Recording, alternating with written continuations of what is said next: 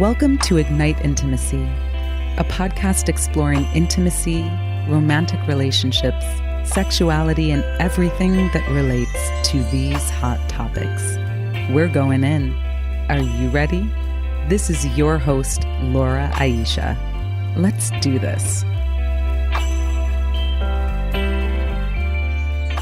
What is happening, Ignite Intimacy community? This is your host, Miss Laura Aisha. I am tuning in from snowy Brooklyn, New York. We got our first snow last night and it was a doozy. It was like a winter wonderland out there. It was pretty amazing. So yeah, I'm really excited to be here with the other half of Dame Products. As many of you know, we released an episode with Alexandra Fine, and that episode is, when we're recording this, that episode is this week's episode, and I believe it's episode 93. So definitely check that one out, and I'm super excited to have her partner, the Chief Technology Officer of Dame Products, Janet Lieberman, with us on the line today. What is happening, Janet? Oh, I'm looking out at a little snowy rooftop. Yeah, I'm super excited to be here too. Nice. So, I'm a huge fan of women-run companies, and especially women-run companies in the sex and intimacy space, because it's women making products for women, right? Yeah. So I think that if you look at sex toys, they're just so often used by women and such a big sexual aid for women, and just the history of them being made, it's largely made by men, designed by men, even bought by men. It's fascinating to me. So we're going to actually get into all of that because I don't know much about the history or the herstory of sex toys. So we're going to talk about that because I'm sure that some of our listeners want to know about that too. And we're also we're going to dive into some yummy topics today: sex toys and porn, and orgasm versus, enjoying the experience, who is actually buying sex toys, and why we view men as like always ready to go. So we're going to get up in there and talk about some cool stuff today. So I'm really fascinated by your background. You actually have a mechanical engineering degree from MIT. Yes, I do. That's hot, girl. I think so. Yeah, I graduated from MIT in 2007, and I went into product design and development. So I designed everything from dustpans to 3D printers. And I really like the process of making products and thinking about how people use things. And, sometimes I think for women, we might come to engineering differently, because I wasn't like always interested in super big machines or taking toasters apart or something like that. But I would take a pen apart like 100 times. Wow. And just be fascinated by the fact that it has so few parts and it's so cheap, but it has to go back together again exactly right every time. You make thousands of them and they all need to work, or at least they need to work at like a higher rate than not really. Well, there's like really complicated machinery, someone goes in and fixes, or, they don't actually make that many of them, things like that. But then the pen, you have to, only like 1 in 10,000 cannot work, Mm-hmm. And I'd, be fascinated by like a cosmetic case that you push a button and it opened up with a little spring, but it still only cost $5. And I realized that my house was a house where we were always bringing in like the newest consumer products. We didn't necessarily always have the newest technology, but we had Mr. Clean Magic erasers like first. Mm-hmm. What do you call that? What's the term in the world of like, you're like first to try things. Early adopters. Yeah. Adopters. Yeah. So not necessarily early adopter for technology, but early adopter for consumer goods and just things that might make life a little bit easier. And so I realized that I'd learned to value things that make life a little bit easier and things that sort of get seamlessly incorporated into your life. And I really like the engineering challenges that aren't like, how do I make this machine 10% more efficient? They are, how do I balance efficiency and cost and user delight and ergonomics? Like apples and oranges and pears. That's really cool. And how do I make sure that it works every time, no matter how many of them you make? Okay, so now bridge the gap from 3D printers and, other consumer goods to sex toys. Like, bring us on that journey. How did you and Alex meet? Like, give us the goods on that. I mean, I think that the biggest part of bridging the gap was realizing that there wasn't a gap, realizing that sex toys were consumer goods like everything else, but that I wasn't thinking about them that way. And neither were clearly the people making them or buying them a lot of the time. Yeah. So, I'd been working for 7 years when I decided to start the company, and I bought a more expensive vibrator. So my vibrator buying habits, sex toy buying habits, had always been to like go on Amazon, spend $200, get like 10 things. Half of them would kind of immediately go in the trash because either they stopped working right away or they were just like totally the wrong shape, or just didn't work or weren't pleasurable or just something along those lines. And then half of them would last like a little while. And I basically blamed myself for the fact that I was buying the cheaper products and therefore they weren't working. And then I spent the money for a boyfriend's birthday to buy, something that had a remote control. It was like $170. And neither of us could figure out how to get it to work. And he was another engineer. And, you're just thinking to yourself, like, I do this for a living. If I can't figure this out, how are other people experiencing this? And I thought to myself, like, I could do that better. And most of the time that I've thought that in my life, my immediate response afterwards was like, oh, wait, no, like I'm watching reality TV and like it's a dance competition. And no, I couldn't have done that better. But in this moment, I was like, oh, wait, no, that's what I do. I do that for a living. I could do this. And I've never been one to be super interested in starting my own company or entrepreneurship. But I'd also started getting frustrated with the work experiences that I was having. And so I saw it. The next epiphany was that I actually did have the experience, having worked at a number of small companies, to know how to maybe build a company out. And I'd seen how a lot of different departments worked. And I really did have thoughts about how you could do this differently and perhaps better. And then kind of my third epiphany in that moment was that, pornography has always driven the development of technology. Mm-hmm. And that's the primary male sex aid. Not to say that women can't enjoy pornography or men can't enjoy sex toys or anything like that. There aren't a whole range of sexual aids. But for men, that's the main thing that they use to get into the mood on average, or to just deal with really any whole range of sexual issues. Yeah. And then the main tool for women are sex toys, and they're so far behind the state of other consumer electronics. If I buy a $25 vibrator, I might expect it to die after a couple of uses. But if I buy a $25 razor, it's a similar level of complexity. It's also not something you talk about super publicly, electric razor, that is. But I buy a $25 electric razor and I expect it to last a couple of years. It doesn't give me the closest shave, but it works. Yeah. I'm not like, oh no, this is a throwaway razor because I only spent $25 on it. So it just seemed like it was really far behind the rest of consumer electronics when you know that like pornography is how we got streaming video. Like, yeah, well, totally. Pornography. Yeah. Like from printing press. Yeah. From like drawing on cave walls through printing press, through the internet. Oh, yeah. Pornography has driven technology development. Even VHS versus beta. Like, oh, yeah. Pornography DVD versus Blu-ray. Yeah. Like pornography is such a humongous industry that, in case you don't know, look it up. Pornography has guided technological development, largely in many ways over, the last, 30 years, 50 years. Sorry, I keep forgetting it's almost 2020. Yeah.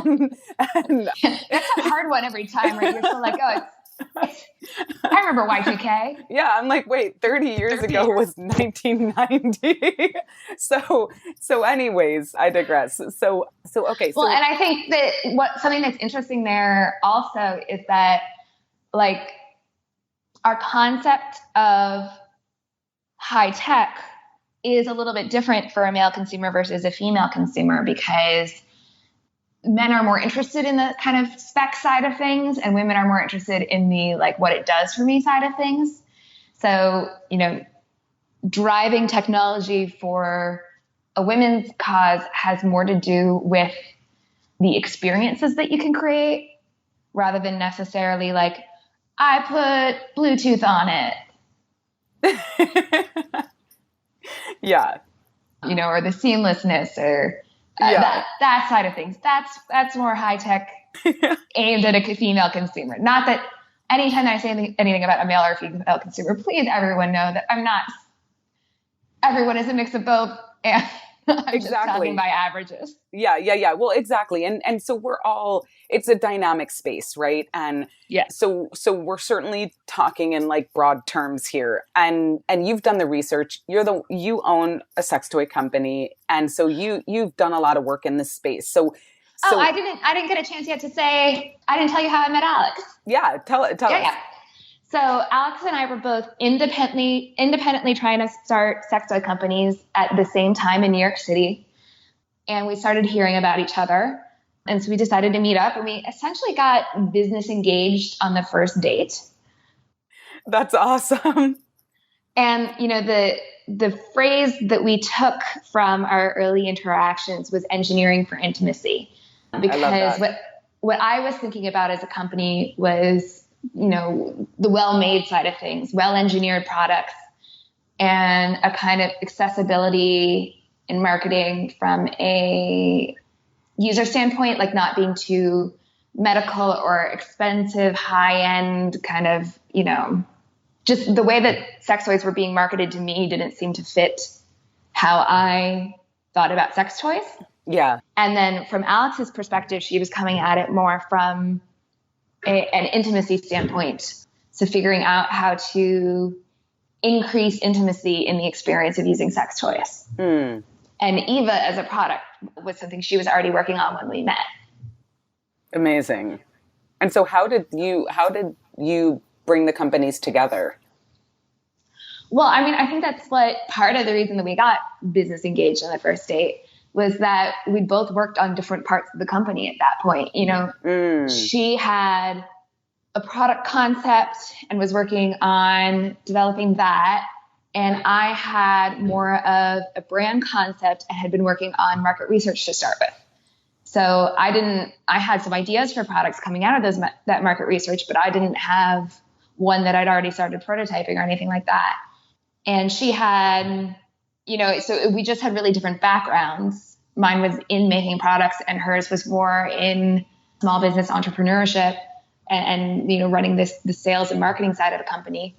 So it really seemed so serendipitous. That's amazing. I love that. And I can imagine it right now, just like the zing, like, yes. Yeah. And well, I'll also say if someone's like thinking about starting a company, having a second person is really helpful just from like a procrastination standpoint. Oh yeah. Accountability is key. Yeah. It makes sure that you show up every day, which when you're trying to start a company and you're not really doing anything yet, it's really easy to just not show up every day. Yeah. Even if you're talking about your own apartment, it's just really easy to not show up every day. Totally. Well, and so when we talked with Alex, she was like, I've always been really open sexually, like, always open to like talking about it and, She studied sexuality in school, so no one was ever kind of surprised by that being an interest of hers because it was always right out there. Yeah. For me, it was a little bit more of a coming out experience. Yeah. Tell us about that. Because there's no implication in studying mechanical engineering or being a mechanical engineer that's one of your interests. And I don't really come from a family where we talk about that. So before I started the company, I talked to my parents. Well, I talked to my sister first. I figured that would be easier. And then I talked to my parents, and I told my parents that they had veto rights before I really started working on this, because I knew that one of the things that was missing from the industry was a sense of trust and accountability with the founders, and something that I could really bring to this was my engineering background, my MIT pedigree, stuff like that. And I intended that to be a big part of the marketing. And so that was going to affect them. It would be naive of me to think that I could be really public as a founder of a company, not using an alias, and that it wouldn't affect their lives. So I gave them veto rights, but they're incredibly supportive parents. So, it's not necessarily what they would have picked for me or even necessarily expected for me. But, to quote my mom, it's not her job to support me in her dreams. It's her job to support me in my dreams. Yeah. So, yeah, but I can't say that it was entirely painless. There's a couple people who've sort of stopped answering attempts to contact them in life. And of course, I don't really know what that's about, because they don't answer my attempts to contact them anymore. But for the most part, people have been really supportive. And something that I've noticed about it is that people are just waiting for someone to give them the opportunity to talk about their sex lives. Absolutely. Yeah. Absolutely. It's like you give someone permission and there's so much there that they've just been sitting on. That was one of the reasons why I started this podcast, because I realized there was a lot that I was just holding on to and not sharing with anyone. Yeah. And I think that's probably pretty true for me too. Less so now.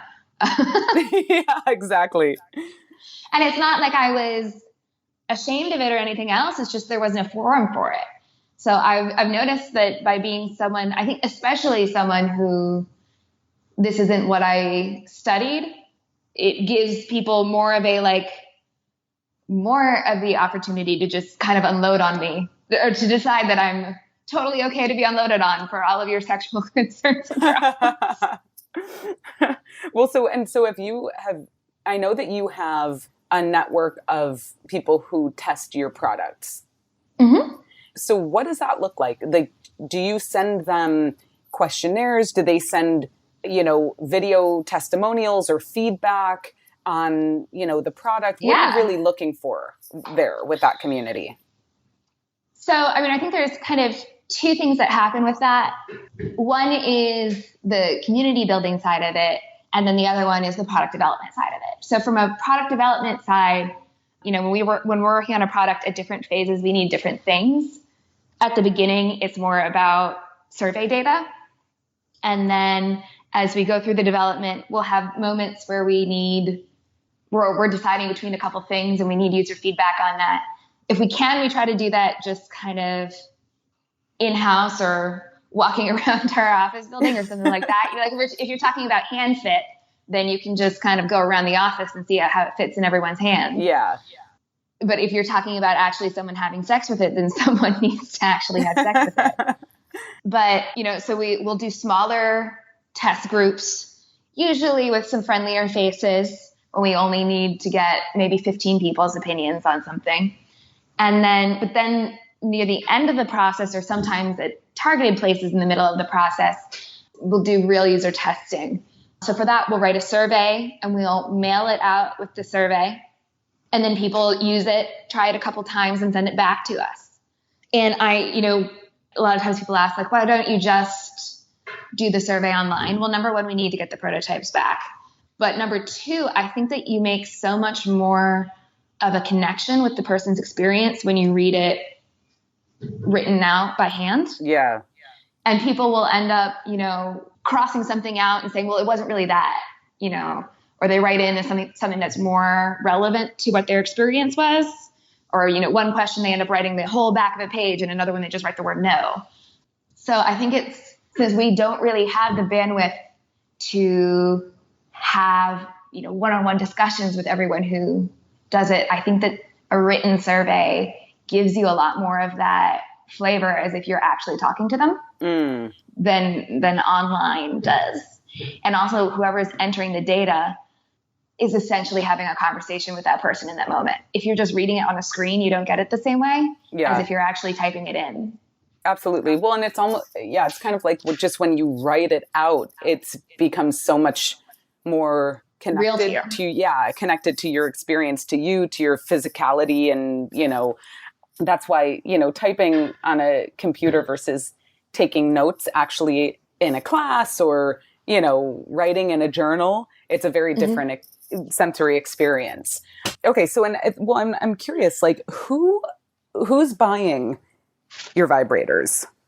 Who's buying our vibrators? Like, I mean, is it men, women? Is it single people? Is it married people? Like, do you have any statistics on that? It's kind of a misconception that the vibrator market is like lonely, sad, single women trying to replace men.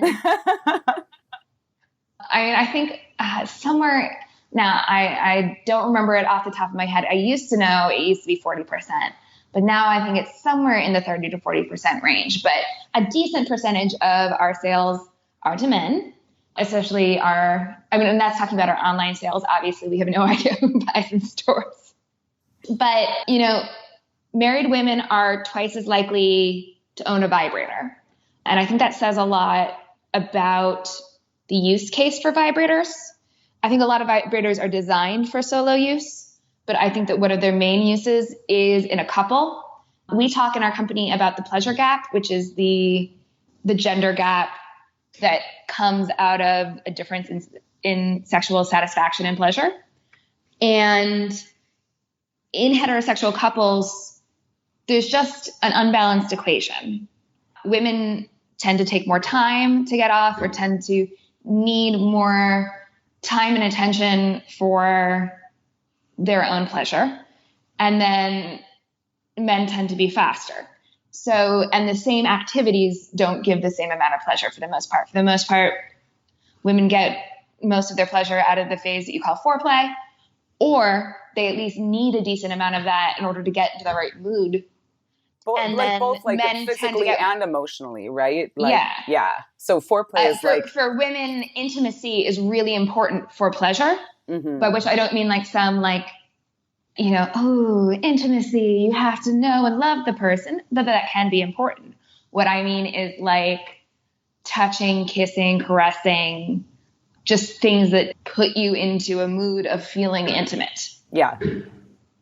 So that kind of, and also just like, even if you're not talking about, even if it's at the same time, just being able to hold your partner, have skin to skin contact, things like that. Yeah. So a lot of sex toys are being bought for use in couple settings. So you've got, one person needs more time. Either you spend more time on one person or one person has more orgasms. It's, or more pleasure. That's the equation that you get set up with a lot of the time. So that's pretty hard to make equal. And when time gets short, because we all have lives outside of just constantly having sex, or most of us have lives outside of just constantly having sex, it tends to be female pleasure that loses out. So vibrators are something that a lot of heterosexual couples use in order to try to even the playing ground, make it so that you're using them together and it becomes part of a repertoire. But not a lot of vibrators are designed for couples use. So that's one of the big, mismatches in the industry was that, most vibrators aren't designed for the environment that they get used in. So I think that's a big part. I think something else that's important to understand about vibrators is that over half of women in the US have used a vibrator. So they really are just so mainstream, even if we don't think about them that way. Yeah. I think something interesting that I have heard from people who worked in Dubai is that, all of these people who aren't from Dubai, who are from the UK or the US or places like that, who are working in Dubai in an English speaking office together, one of the first things that women start talking to each other about is how they got their vibrators in. Really? Because vibrators are illegal there. Yeah. And it's funny that it's apparently just so close to the surface. We're so almost ready to be talking to our coworkers about vibrators and our vibrator usage. If there was any barrier, then it's going to pop up. That's fascinating. I mean, well, the sexual freedom is something that I know I take for granted. Oh, yeah. The ability, I mean, even as we were starting this conversation, just in our meditation, just remembering that it's a privilege to sit here and record a conversation about vibrators and sex toys and sexuality and women and men and orgasm. Like, it's a privilege to be able to talk about this freely and openly and share it, Yeah. I mean, that's incredible. Like, it's illegal to have a vibrator or to bring vibrators in to a country like Dubai, which is wild. Like there's a whole like process where you like through one part of the check you put it in your bra and through another part you put it back in your bag and for getting through the airport. Yeah, that's amazing. And I just said a country like Dubai. I have to update my statement there. In the United Arab Emirates, I'm like, okay. I did wake up late today, but okay, I just need to update that. Sorry, y'all. So yeah, and so there's this thing that exists, right, where it's women do need a certain amount of, and not all women, right? Like we're sort of talking generalizations here, but generally women need more warming up time. And I know for myself in my own experience, I mean, certainly there are times when I climax quicker than others, right? Mm-hmm. And for me now in my 40s, many times that's not even the main focus or the goal or like whatever. I'm actually choosing my partners so that I really actually just enjoy being with them physically and actually enjoying the experience. And there are many times when, I mean, I wouldn't say many times, there are times when I don't have an orgasm in a sexual experience with someone, and I'm perfectly fine with that. Yeah. So I'm relatively anorgasmic. I almost never orgasm. And I think that sort of starts you off with having a different perspective on it, because I'm also almost always aroused, not necessarily like emotionally, but physically. Interesting. Okay. So, if you're a couple sigmas out from normal, to use statistics talk, then it helps you kind of analyze why is normal and what's weird about normal. So I think something that I've noticed a lot in how they talk about female pleasure is a lot of times people do make it orgasm centric. Yeah. And there's almost like an orgasm shaming thing going on where like, if you don't orgasm, it's because you're not a good feminist and you're not trying hard enough. And at a certain point, I was like, oh my goodness, like I can't turn masturbation into work in order to make my sex life somehow fit someone else's definition of what I should want from it. Or from what you should be experiencing. Yeah. And once I allowed myself to just go back to focusing on pleasure, it made a lot more sense. But I think that it's a really like male-centric view of sexuality to make it all about orgasm. Because for men, usually there's like a clear end to the sexual experience. It's like, you've got your fireworks and now we're done. And that's not how a lot of women's sexuality works. And it's not even how all men's sexuality works, of course. Well, yeah, but thankfully. I've actually been with quite a few, I've had lovers, let's say, that I've been really blessed to have lovers that, just because they've climaxed, it doesn't mean it's over for them or for us, right? Like, and there's something really amazing about that. It's almost a requirement for me. Like, you can't just, it's like, I know for myself, like in the past, I certainly can kind of cut people off or like brand them as like this, like, oh, Yeah. you're one of those. And I haven't always been the type of woman that's open to like teaching, and I kind of want, like, I want it packaged and ready to go. Yes. Like, and Well, there's not a lot that's fun about teaching. yeah, and some people get a kick out of it. Some people love that. It's something I'm open to being more open about, and like, and experimenting with.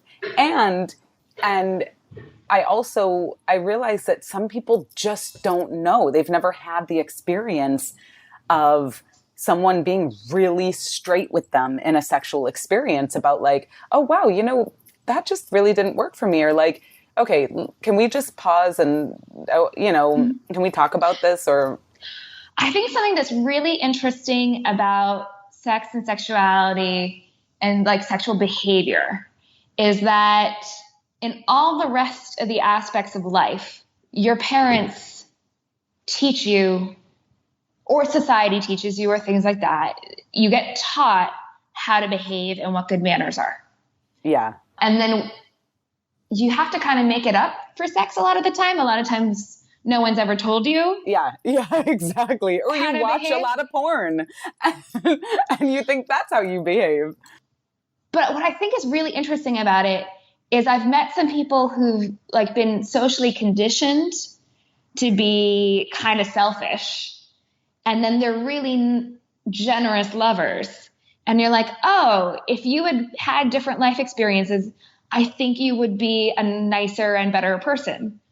Because I think that sometimes you see like the core values of a person rather than the learned values in the bedroom, because that's the one aspect of your life where you really make up your own rules for how you're going to behave. Yeah. And then I've known some people who just seemed really nice and really courteous in other places, and then they just are kind of shitty as lovers, Mm-hmm. I think it's just so interesting that that's one aspect of life where you get to see, if you had to make up how you're supposed to behave, what you do. And so, yeah, some people are just clueless and don't realize that they're not being super great. But I do think that a lot of the time, the response that I have gotten is like, they try going down on me once, nothing happens, and then they're like, never again. Yeah, yeah. And so like that goal-oriented aspect, and on the flip side, if you orgasm really easily, oh, you're done, and it must have been, it's not like all orgasms are equal. Yeah, totally. Like, wow, I must be amazing, and yeah. And it's like, well, no, I just orgasm really easily, Well, and on the flip side, what I think is so interesting is that if a man orgasms really easily, no one's like, oh no, great. Yeah. Like premature ejaculation is something that men are afraid is going to happen. Oh, to them. totally. And then they don't connect that at all with the female experience. They don't connect that at all with a woman like coming quickly and then coming again. They act as if they have premature ejaculation that you can't go a second time, or you can't go for the warm up again. Like, I think that, as with everything, you've got these two buckets that you put people in by gender, and on average it works. But anyone who falls to the sides of it, who aren't quite in that bucket, gets confused about what they're supposed to be. Yeah. Yeah. And the bucket there is no bucket, right? Like there's like this grand spectrum, like all the colors in the rainbow. And that's what's real about life, is like, it's a grand spectrum, it's like, it makes me think of just like the whole like positive thought, positive thinking movement, where, just like focus on positive thoughts. And it's like, well, sometimes I'm angry and like sometimes I'm sad, and I want to feel those things. Yes. And so, I mean, relating to sexuality, I think is really important to realize that like orgasm and satisfaction and pleasure and fulfillment are all things. And just because you're getting one of them doesn't mean that you're getting the other ones. Exactly. Yep. And you kind of have to evaluate each of them equally, and you're allowed to have all of them. That's right. Well, and also it's like this whole idea that men are always ready to go. Yeah. And when women, just because someone is not making an advance on you, it means nothing about your desirability. Yeah. I know that, we talk about women needing more warm up time, but I think a lot of times when men need warm up time, no one's prepped them for that, and you get into anxiety feedback loops. And there is a basic difference between men and women a lot of the time where, because of rape, women are kind of conditioned to get wet and get physically ready a lot of the times, regardless of what sexual material is being played for them. They did this study where they asked women whether or not they were aroused, and they showed women different videos, and they asked men whether or not they were aroused and showed men different videos, but at the same time measured both. And men really only reacted to or said they were aroused by things they were interested in. And most women reacted to everything. Wow, that's interesting. But they didn't say they were aroused by everything, but they reacted to everything. And that's a defense mechanism. That's a way of your body being ready that, like, if anything sexual is going on, you might be next, kind of deal. And that's creepy in and of itself. Yeah. And of course, there's issues of anxiety with women, like vaginismus and just like kind of problems where you tighten up or things like that, or you're dry. It's not to say that that's 100% true all the time, but it does mean that a lot of times women aren't ready to understand that men have a mental aspect to this too. And then they have a physical aspect. The mental and the physical are not necessarily lining up for anyone. Just like with women, a lot of the times we will physically respond and open, even if mentally we're not there right now. A lot of times it can go the other way too. Absolutely. So you can be turned on and dry, or you can be turned on and soft. Or you can not even know you're turned on and be wet. Yes. And you can have no sort of mental arousal and be getting hard and just be like, okay, cool, that's happening. So recognizing that the mental and the physical are separate. And a lot of times men think that they're supposed to always be ready to go. And when they're not, it's just such a huge blow. And that creates a feedback loop a lot of the time. And so I know that a lot of times women take it personally. They think that it's somehow about them, and it's really not about them at all. And a lot of times men sort of think that they're forever broken because of it. So amazing. We're human beings. Oh my goodness. I just want us all to love each other, love ourselves, love each other. Yeah. And start to just peel back the layers of these, we're dispelling the myth, right? All the expectations. Yeah. And really, that's what we're doing here. We're dispelling myths that have been created not out of any, it's like the telephone, and I think one of my favorite things about reading all these surveys over the years from different people who've tried our products, or, we also do a lot of surveys that are just about trying to learn more about what people think, like trying to learn more about sexuality. Yeah. And reading all of this is that there's just so much variety. People are so different. And sometimes I just have to laugh and kind of, as I'm reading one, someone will have all these things written out as fact. And I know that their experience isn't the average experience. And I'm just reading it. And I'm like, of course you're right for you, but oh baby, you're like so wrong for other people. Yeah. Yeah, totally. Women, blah, blah, blah, blah, blah. And I'm like, oh, no, I don't know that, but it's cool that you think that you know that. Yeah. Well, and then, for us all to get with ourselves, get with each other, have conversations, be courageous, open up, speak to it. You know what I mean? And because that's how we're shifting things. And you all, the Dame family, is shifting things for women and men in the world of pleasure and intimacy and sex toys. And we actually have a discount code for our listeners. It's Ignite. So if you go to the Dame website, you can get $15 off your first order with using Ignite as a discount code. So I have one of Dame's toys. It's awesome. I highly recommend you go check out their products. They've got these yummy, soft, warm sex socks as well that are really awesome. And I wore a pair yesterday. I was wearing flats without socks yesterday, and then it started snowing, and I was like, crap. But you know what? I don't have socks yet. I hadn't taken a pair of socks home from the office yet. Nice. So now they are very warm. Well, so Alex, oh my God, that's hilarious. I just called you Alex. So Janet, tell us, how can people, we'll share Dame's website again and the social links, but how can people connect with you directly online? Well, I don't have a huge social media presence, but I do Twitter. So I'm at Dame_Janet on Twitter. And if they want to get involved with the Dame community, they can sign up to be a beta tester initially, or a Dame Labs member.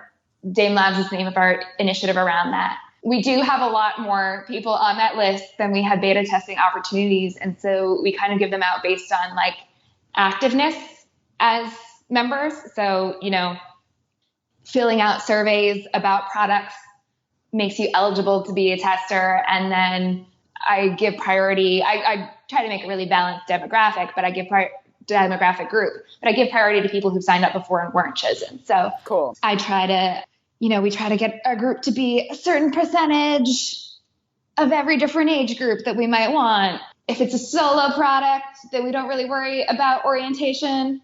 But then if it's a couples product, we need to get a balance of orientation, see age group, experience level. What's the other one that we do it for? Mostly those two. Great. So you can go to dameproducts.com. It's DAME, dameproducts.com, at Dame Products on Facebook, Twitter, Instagram, and then Janet's Twitter is at Dame_Janet. I freaking love you, ladies. I'm so grateful you exist and that universe brought you together and you've got this company that is growing and like you're providing real value for sexual health and wellness in the world. Thank you so much for doing the work, for showing up. Oh, thanks. Thanks for having me on too. Absolutely. It's been so fun. And I want to geek out with you more about product design and engineering and all of that. So hopefully at one of the, at some point in the future, the three of us can hang out and have a coffee or maybe you can swing by the office. Oh yeah. I'd love to. So Ignite Intimacy Community, you heard it here. First we featured Alex, then we featured Janet. These are two women, powerful young women doing their thing in the world, creating products that are supporting women and men to have sexual health, intimacy, deeper connection, and revolutionizing the world of female orgasm and sex toys. So check them out, Dame Products. There's a discount code, $15 off. It's Ignite. And we love y'all. Thank you so much for tuning in. You can always holler at us if you have any questions or whatever, just spaced out the discount code and you have questions, comments, or you want to know more about Dame Products, give us a shout, hello@igniteintimacy.com. And you know how we do, big, big love yourselves, love each other. I'm doing that in my own life and I'm so, so grateful to be here with you all. So stay blessed and we'll see ya on the next one. Ciao for now. Thanks for tuning in to another conversation on the Ignite Intimacy podcast hotline. We love that you choose to spend your time with us. Check us out at igniteintimacy.com. Subscribe to us on iTunes and leave us a review and a rating. It helps more people know about us. We love to hear from you. You can email us with questions, comments, or suggestions to hello@igniteintimacy.com. And tell your friends. Music was arranged by Jason Pfaff and Mike Corey, and this podcast is produced by yours truly, Laura Aisha. Thanks again, and we'll see you on the next one. In the meantime, let your light shine bright and ignite your intimacy.